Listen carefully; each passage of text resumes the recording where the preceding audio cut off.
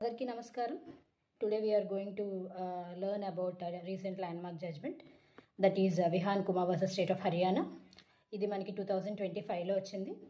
So ఈ case ఎందుకు important అంటే without giving grounds for arrest అనమాట. ఒక పర్సన్కి మనం గ్రౌండ్స్ ఫర్ అరెస్ట్ అనేది ఇంటిమేట్ చేయకపోతే ఆ అరెస్ట్ అనేది ఆర్బిట్రరీ లేదా నల్ అండ్ వాయిడ్ అవుతుందా లేదా అనేది ఇందులో క్వశ్చన్.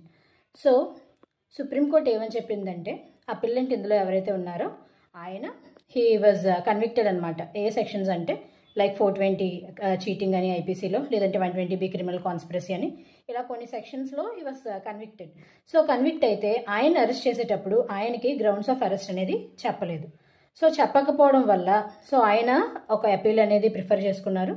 సో సుప్రీంకోర్టు ఏమని చెప్పిందంటే మ్యాండేటరీ గ్రౌండ్స్ ఫర్ అరెస్ట్ అనేది చెప్పాలి, సో ఇన్ఫార్మ్ చేయాలి.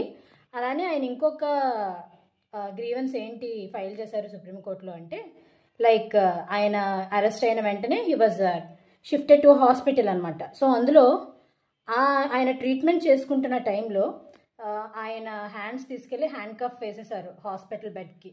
సో సుప్రీంకోర్టు ఏం చెప్పిందంటే వెంటనే దట్ పర్సన్స్ ఎవరైతే అరెస్టెడ్ పర్సన్ ఉన్నారో ఆయన మీదున్న ఏదైతే ఎలిగేషన్స్ ఉన్నాయో మొత్తం ప్రొసీడింగ్స్ అన్ని క్వాష్ చేసి వెంటనే ఆ పర్సన్ని రిలీజ్ చేయమని చెప్పి సుప్రీంకోర్టు అనేది మనకి జడ్జ్మెంట్ అనేది ఇవాల్యుయేట్ చేసింది. సో ఈ పర్టికులర్ జడ్జ్మెంట్ ఏదైతే ఉందో which is Vihaan Kumar versus state of Haryana. So ఇది మనకి ప్రీవియస్గా సుప్రీంకోర్టు మనకి ఇది Pankaj Bansal versus Union of India, okay, Pankaj Bansal versus Union of India. So ఈ కేసులో ఏం చెప్పిందంటే గ్రౌండ్స్ ఫర్ అరెస్ట్ ఏదైతే ఉంటాయో అక్యూజ్డ్ పర్సన్కి ఇన్ రైటింగ్లో ఇవ్వాలి, అలానే అవి మీనింగ్ఫుల్గా ఉండాలి, ఎఫెక్టివ్గా కూడా ఉండాలి. ఆ గ్రౌండ్స్ ఏవైతే ఉంటాయో అవి మీనింగ్ఫుల్గా ఉండాలి, ఎఫెక్టివ్గా ఉండాలి అని Pankaj Bansal versus Union of India. So ఈ కేసులోని కూడా రిఫరెన్స్కి తీసుకొని అప్పుడు సుప్రీంకోర్టు అనేది మనకి జడ్జ్మెంట్ అనేది ఇవాల్యుయేట్ చేయడం అనేది జరిగింది. సో ఇందులో ఏంటి చెప్తున్నారంటే ఎప్పుడైనా ఇన్ కేస్ అరెస్ట్ అనేది without informing the grounds to the accused person, okay, after arresting, so అలా చెప్పలేనప్పుడు అరెస్ట్ ఏమవుతుంది, నల్ అండ్ వాయిడ్ అనేది అవుతుంది.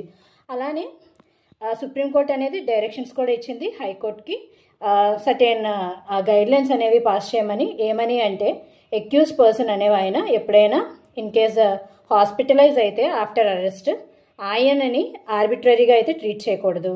అలానే ఆయనని హ్యాండ్ కఫ్ అనేది హాస్పిటల్ బెడ్ మీద ఉన్నప్పుడు చేయకూడదు అని గైడ్లైన్స్ అయితే ఇవ్వమని హైకోర్టుకు కూడా సుప్రీంకోర్టు డైరెక్షన్ అనేది ఇవ్వడం జరిగింది ఈ కేసులో. This is an important landmark judgement in 2025. Kindly do take notice of this case law.